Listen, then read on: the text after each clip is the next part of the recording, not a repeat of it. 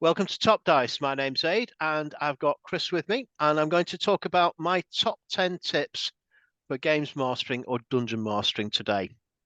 I've already done a player one, and we've discussed that, which went down very well. So now we're going to do the games master ones. Okay, we'll do them in reverse order as I did before. So we will start off at the top, number 10.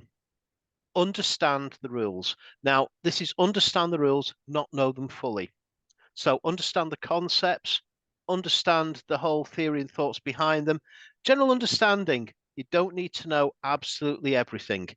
You can always fluff the other bits, doesn't matter, but please understand the basic concepts of the rules.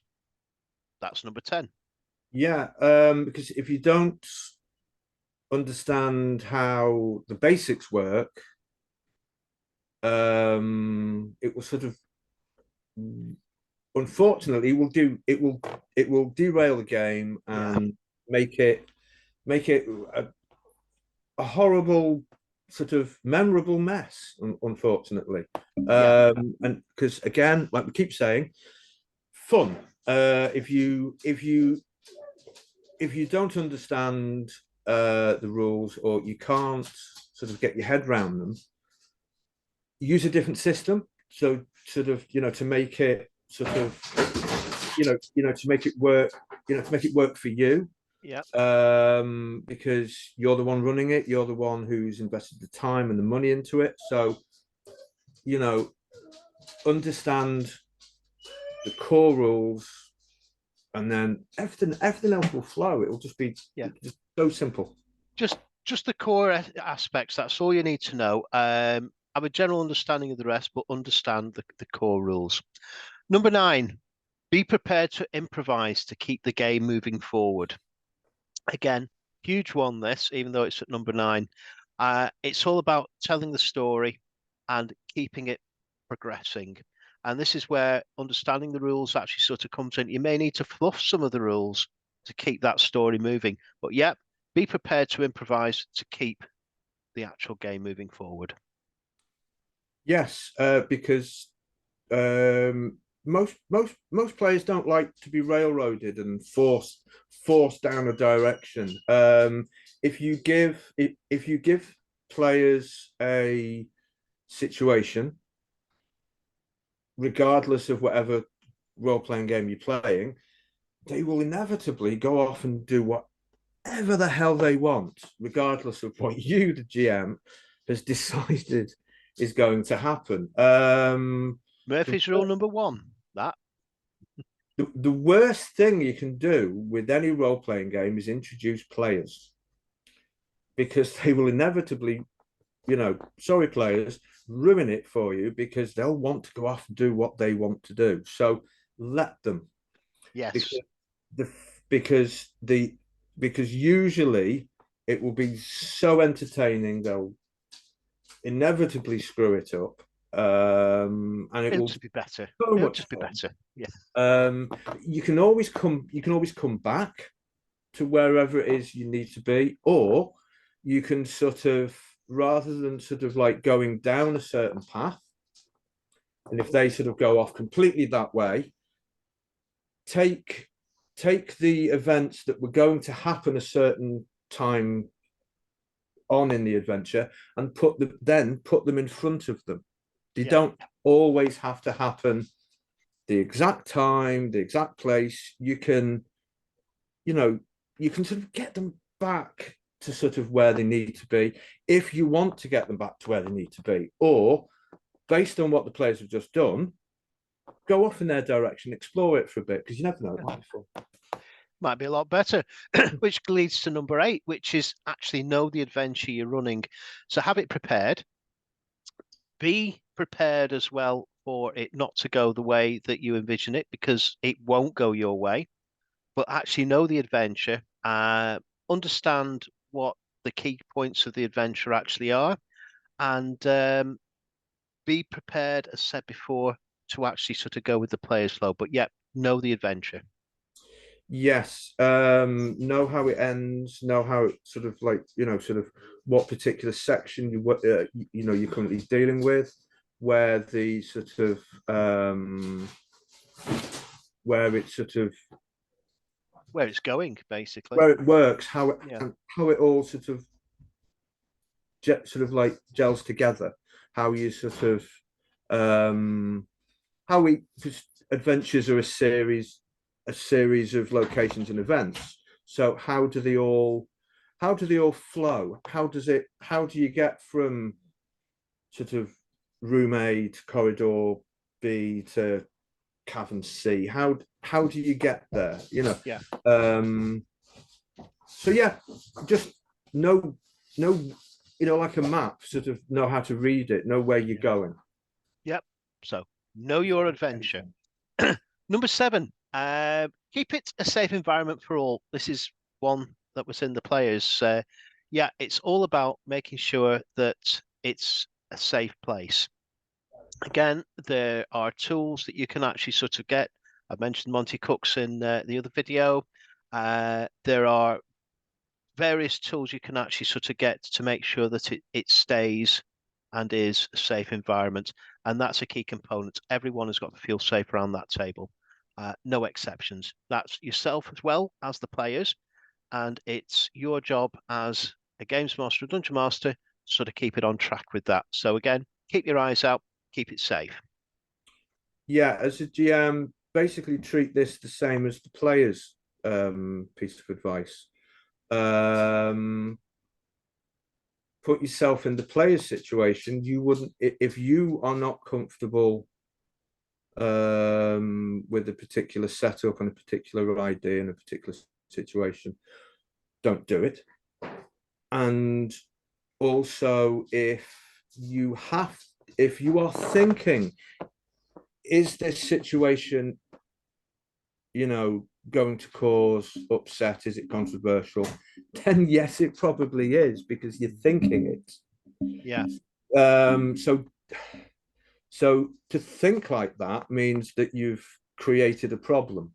Yeah. So to avoid the problem, especially if you're running a game for complete strangers at a convention,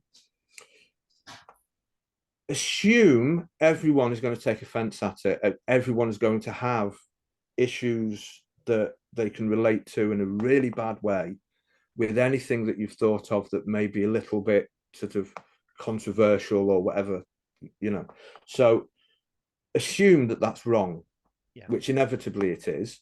So don't do it. Yeah. That's basically sums that up. Also, give everybody, this is number 6, give everybody an equal chance to be involved. So make sure that the limelight shines on everybody around that table. You will find some players don't particularly like being in that limelight, but give them the option and give them the chance. Yeah.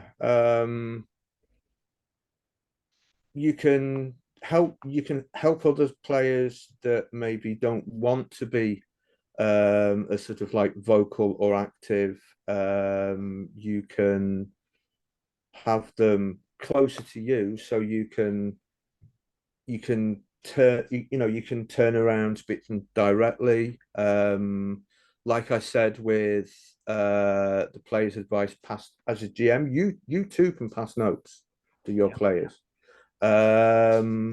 You can take players to one side. You can speak to them. It's all about making sure that somebody's comfortable taking part in what is essentially a group storytelling activity. Yeah. Be especially mindful for those with confidence issues, regardless of where they're from. Speech impediments are a big thing. Patience. Yeah. Have patience. Patience, basically. Just give people time to finish what Yeah. they're saying, because it's the worst thing to do with anybody with any kind of confidence based sort of talking, it sort of is to rush. Yeah. You've got all night, it's fun. Yeah. So yeah, again, just Be mindful. Brilliant. Yeah. So, number 5, make yes your favorite word. The player wants to try something. Nobody likes being told no. If they want to try something, let them try it. Might fail, might succeed. Again, that can really open up some options and make some amazing stories. So, make yes your favorite word as the games master. Yeah. Yes. Say yes, even if you know it'll fail, because when it fails, they'll go off and do something else. It just, yeah. So, players will keep throwing themselves forward at, trying to do this, trying to do that. And it's just going to be absolutely hilarious. So yeah. There we go. Yes. Yes. Yes is not a dirty word. It's Not a good, at all. good word. Number 4, only roll dice if you need to. If there's no need to roll those dice, if someone's going to be doing something that has minimal risk and it drives the story forward, or even if whatever they're doing will drive the story forward, so do those dice need to be rolled? Ask yourself that. Only roll them if you really need to. Yes. Even if that involves combat.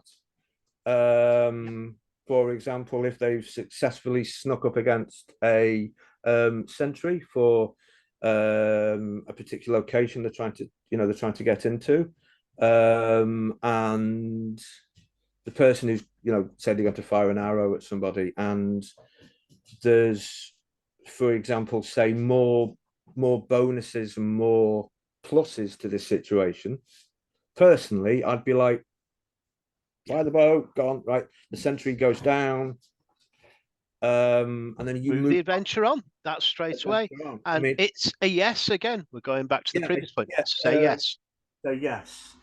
Just the important situations will present themselves, and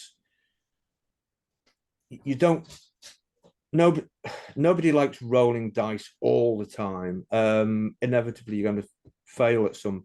So the more successes you give a player, it's just more fun. It drives it on. Like, for example, if you sort of like flying an aeroplane in a particular game, you don't have to make them roll every time they have to land. Like, for example, Traveller, every time you dock into a space station, you don't need to roll every time you roll into a damn space station. It's the character's job. If they can't get that right, then really it's time rolling dice. Rolling dice is actually the most boring part of any role playing game. Yeah, all about the story. Exactly. Number 3, get the descriptions flowing. This is another big one. The 3 S's, as I call them: sight, sounds, smells. They're your descriptions. You are the eyes, the nose, the ears of those players. So you tell them exactly what they're seeing, what they're hearing, and also what they're smelling. All those 3 senses, the 3 S's. Get the descriptions going. All I'll say for that one is I completely agree with you, Aid. Yeah, I have got nothing else to say on that one apart from, if you keep doing that and you push that, your players will join in and their descriptions will grow. Yeah, that's it. Be the role model. Point out what's good. That's the whole point of that one. Number 2, play with people you enjoy being around. Now, that again, absolutely huge. Choose your groups. Now, obviously, at conventions, etc., you don't have the same pool, but that's just a one-off set. That really doesn't matter. But for your actual core groups, the ones that you sort of meet up and play with on a regular basis, yeah, play with people you enjoy being around. I will say though, for convention games, this goes back to safe places and things like that. If you find yourself in a game where a player is acting a certain way that is making either yourself or others uncomfortable, stop the game. It's your game. Stop it dead. Yeah. And it's not about having a discussion about getting this player to change their attitudes and things like that. Personally, get rid. That's the way with it. Just play with the people you actually enjoy being around. And number one, the ultimate one, ensure that having fun is your number one goal. That's the real deal, having fun. So that's what you really need to be doing. Okie dokie. Right. Looks like Chris is actually sort of frozen there. Things happen. He obviously failed the roll at that point. I'm going to run through the top 10 one last time for you. So number 10, understand the rules. Number 9, be prepared to improvise and to keep the game moving. See what I'm doing here.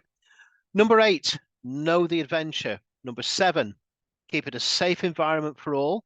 Number 6, give everyone an equal chance to be involved. Number 5, make yes your favorite word. Number 4, only roll dice if you need to. Number 3, get the descriptions flowing. The 3 S's, as I call them: sight, sound, smells. Bang. That's what you actually sort of want. Number 2, play with the people that you enjoy being around. And number 1, ensure that having fun is your number one goal. Okay. Chris has taken his leave. It was one of those things, unfortunately. Internet probably dropped. But I'm here still with you, just to sort of say thanks very much for listening. Please subscribe to the channel. Comment about what we've actually sort of said here. Get involved. And I'll see you for the next video. Thank you very much, and catch you soon. Goodbye.